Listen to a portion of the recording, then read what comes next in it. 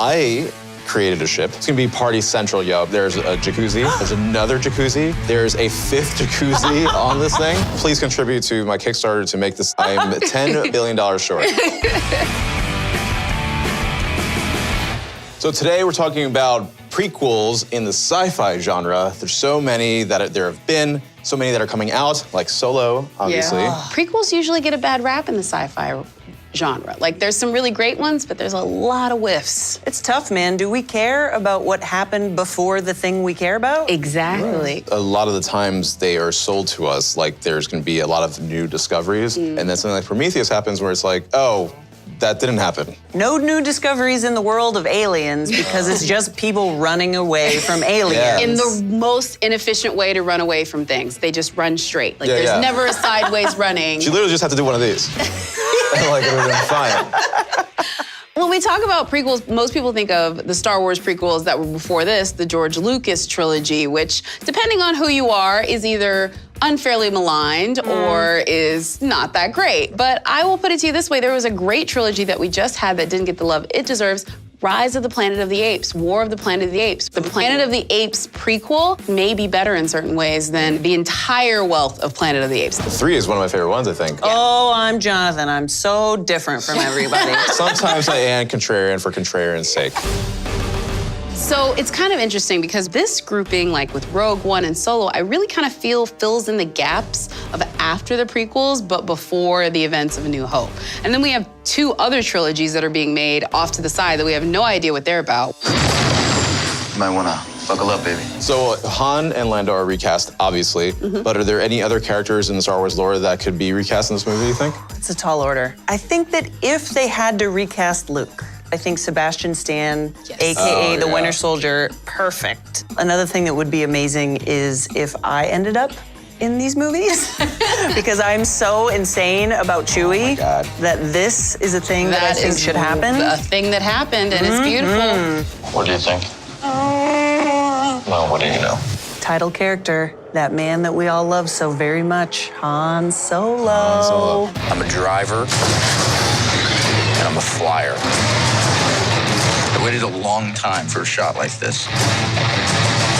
A friend of mine thought his name was Hand. Honestly, if you listen to Han Solo, one of the things that they got right, Han is what Billy D. Williams calls Han. He doesn't say Han. Right. And Donald Glover called him Han. Han, old buddy. There you go. As far as I'm concerned, those 2 men can do whatever they want. And then Alden, he looks the part of Harrison Ford. He really does. I feel like the guy might be his little doppelganger.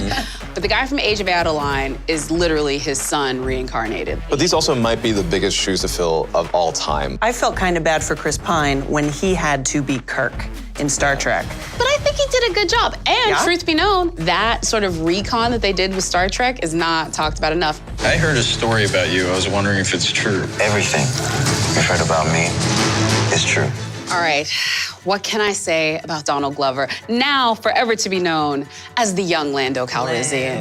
But once again, it's like enormous shoes to fill, even though Billy D was in the movies not that long. I wonder what his minute time actually is. I think when we talk about the charisma, I don't know if we've seen anything from Alden that kind of show that, but we've seen plenty from Donald Glover to show that. I mean, he's literally a young Renaissance man. He's like a cool anti-hero, and as long as they just keep those things alive, it's gonna be fine. And he teams up with Han. I mean, like that sort of dynamic between the 2 of them, the betrayal, but also the friendship. It's kind of, I think, a thing they do in a lot of these buddy movies that makes it work. Space is lonely. You have to have good friends. Yes. Like Bruce Willis, hanging out with Mila Jovovich. Kirk and Spock is obvious. The buddies don't always have to be human. I'm gonna go robotic and say Stephanie and Johnny Five from Short Circuit. They were such a good team. All right, so what's gonna happen in Solo? Prepare yourself, because Emilia Clarke's in this movie. You look good. A little rough around the edges, but good. Yep, and so Tandy Newton. And there will be Wookiees that are not Chewie. I'm super pumped that Emilia Clarke is in this because I think she makes everything better. Yeah. Mother of Dragons, obviously love. She made a Terminator movie good, you guys. All I will say is, I don't know what exactly is gonna happen, but I do feel like this one's gonna have the heisty element. Han is a smuggler. Woody Harrelson seems to be like the fixer slash, leader of the group that kind of put him together. He seems like he's a mentor figure, and he also suspiciously talks like the Harrison Ford version of Han that we know. Hey, kid. I'm putting together a crew. And I think in this movie, we're gonna see how Han gets the Millennium Falcon. Yeah. Finally, she's shiny and clean. Well, there's some other great spaceships out there besides the Millennium Falcon that I think people like identify and love. The Nebuchadnezzar from Matrix, I always will love that ship, even though it's not as clean. What do you suppose the Enterprise was like when it was fresh off the assembly line? We saw it in Star Trek. Zoe Saldana playing Uhura was like screaming at Spock, "Be careful with the ship, Spock, she's brand new." You know what scene I didn't get was them eating off the floors. I got a really good feeling about this. So I went ahead and created my own ship. Ooh. Yeah, you did. It's called the Bothan Killer because, newsflash, I'm a bad guy. But it's gonna be party central, yo, because there's a jacuzzi, there's another jacuzzi, there's a 5th jacuzzi on this thing, and there's also a small theater, something, like a 20-seater, I agree nothing with the crazy. theater. Please contribute to my Kickstarter to make this thing. I'm $10 billion short. This is the part of the show where we do trivia, and today it's sci-fi prequels. All right, up first, when was the first sci-fi film released? 1907. B. D. Ooh. Oh! Coming in hot. What was an original characteristic of Han Solo? I'm going with eye patch. A, eye patch. I like imagining him with gills. That's hot. No way! No way!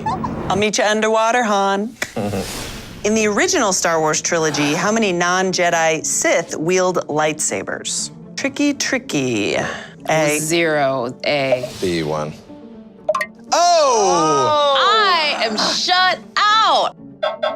All right, which is the fastest sci-fi spacecraft? What? All right, C, TARDIS. Yeah, that C. makes sense. Yes. Yeah.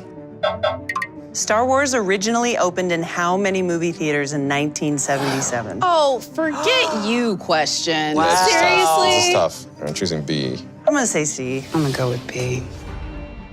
Dude. Oh, That's none. That's too few. Here we go. Which of these places does not share a name with a character from the Alien franchise? It's a good one. A. A. C. Oh! Jonathan shot first. Now you're never gonna hear the end of it, ever.